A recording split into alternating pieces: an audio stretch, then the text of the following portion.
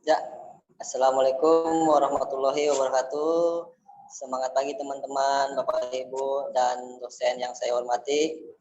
Saya Tajudin dari kelompok 4 akan mempresentasikan hasil kelompok kita yang terdiri dari Putri Salsabila Hidayat dan Sarah Evi Virginia, ya termasuk saya juga. Ya, untuk lebih singkatnya langsung saja ya kita lihat kebutuhan anak sekolah dasar, gizi dan permasalahannya pada anak usia SD. Ya, baik, selanjutnya slide. Ya, gizi dan permasalahannya pada anak SD. Perkembangan fisik pada anak SD. Menurut Santrak tahun 2002 mengemukakan pada masa usia SD pertumbuhan fisik cenderung lambat, tidak seperti pada masa-masa bayi, masa kanak-kanak, bahkan masa-masa remaja. Menurut Lev Francis tahun 1986 mengemukakan bahwa menjelang usia 6 sampai 12 tahun anak menjadi lebih tinggi dan berat, ya. Selanjutnya jenis-jenis perkembangan anak, ya, perkembangan sistem skeletal. Apa itu skeletal? Ya, skeletal adalah membicarakan hal-hal yang berkaitan dengan kerangka. Ya, selanjutnya ada perkembangan sistem muskulari, yang artinya menunjukkan hal-hal yang berkaitan dengan otot. Ya, oke. Selanjutnya slide, kita bisa lihat di sini perkembangan motorik, ya. Perkembangan motorik adalah proses perkembangan gerak pada anak. Perkembangan motorik anak usia SD menunjukkan lebih lentur dan lebih terkoordinasi. Sewaktu anak menduduki kelas 1 umumnya lebih baik dibandingkan dengan kontrol motorik halusnya. Ya.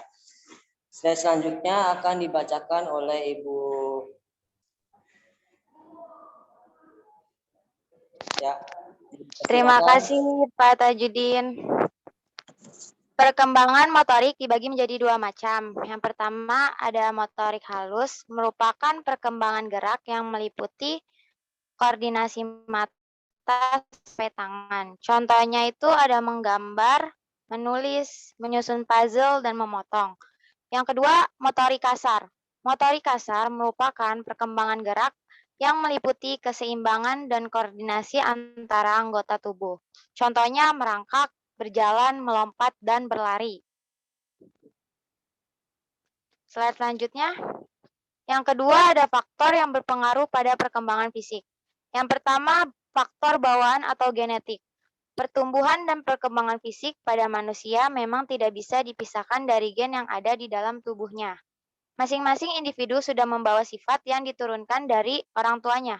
Contohnya itu, jika salah satu orang tua memiliki tubuh yang tinggi atau pendek, maka salah satu anaknya memiliki tubuh yang sama dari orang tuanya. Slide selanjutnya. Yang kedua ada gizi atau nutrisi. Pengaruh protein, lemak, dan karbohidrat terhadap perkembangan fisik seseorang. Protein berfungsi untuk pertumbuhan dan memperbaiki jaringan tubuh. Karbohidrat diperlukan untuk memenuhi kebutuhan energi, lemak juga diperlukan, mineral seperti kalsium juga diperlukan untuk menguatkan otot. Slide selanjutnya akan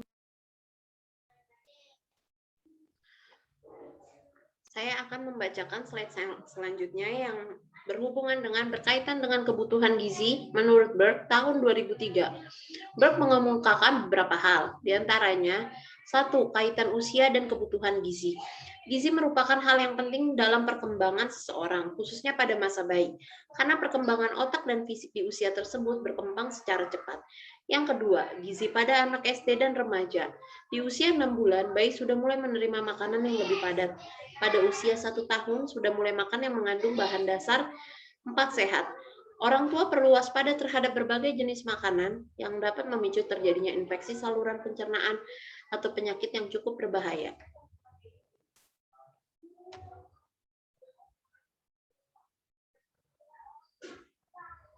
Yang ketiga, malnutrisi atau kekurangan gizi. Di beberapa negara berkembang, termasuk Indonesia, di mana sumber makanan terbatas, malnutrisi semakin meluas di kalangan penduduknya. Anak yang kekurangan gizi akan berkembang lebih kecil. Pertumbuhan jaringan pada otak akan terpengaruh, yang akan berpengaruh dalam semua fungsi mental anak. Yang keempat ada obesitas atau kegemukan. Obesitas atau kegemukan adalah kelebihan lemak tubuh disebabkan karena terlalu kebanyakan makan, melebihi takaran dari yang seharusnya diperlukan oleh tubuh, dan kelebihan tersebut disimpan sebagai lemak di dalam tubuh. Yang selanjutnya, 5 penyakit. Pada anak-anak yang bergizi cukup, maka penyakit yang dideritanya tidak terlalu berpengaruh pada pertumbuhan fisiknya.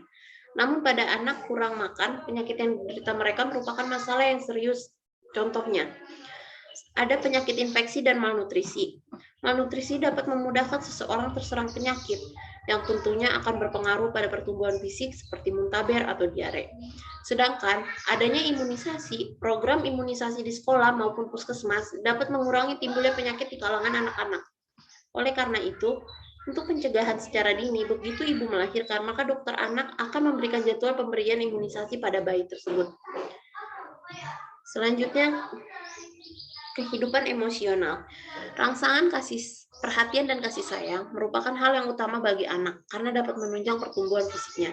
Ada 2 gangguan yang serius dalam pertumbuhan jika anak kekurangan kasih sayang dan perhatian, yaitu yang pertama, kegagalan non-organik untuk berkembang. Terjadi pada usia 18 bulan dan ditandai dengan reaksi-reaksi seperti penolakan dan jarang tersenyum. Reaksi ini berkaitan erat dengan bagaimana lingkungan yang terjadi di sekitar anak. Lalu yang kedua ada depresi dwarfism. Terjadi pada usia 2-15 tahun. Gambaran umum dari anak yang menderita depresif adalah tinggi di bawah rata-rata usianya, perkembangan skeletal yang tidak matang. Selanjutnya saya akan kembalikan kepada moderator yaitu Pak Tajudin. Ya, alhamdulillah. Ya, terima kasih Ibu Sarah dan Ibu Putri telah memasarkan presentasinya. Baiklah teman-teman, Bapak Ibu, itulah presentasi dari kelompok kami, kelompok 4. Kurang lebihnya saya mohon maaf. Akhirul kalam. Wassalamualaikum warahmatullahi wabarakatuh.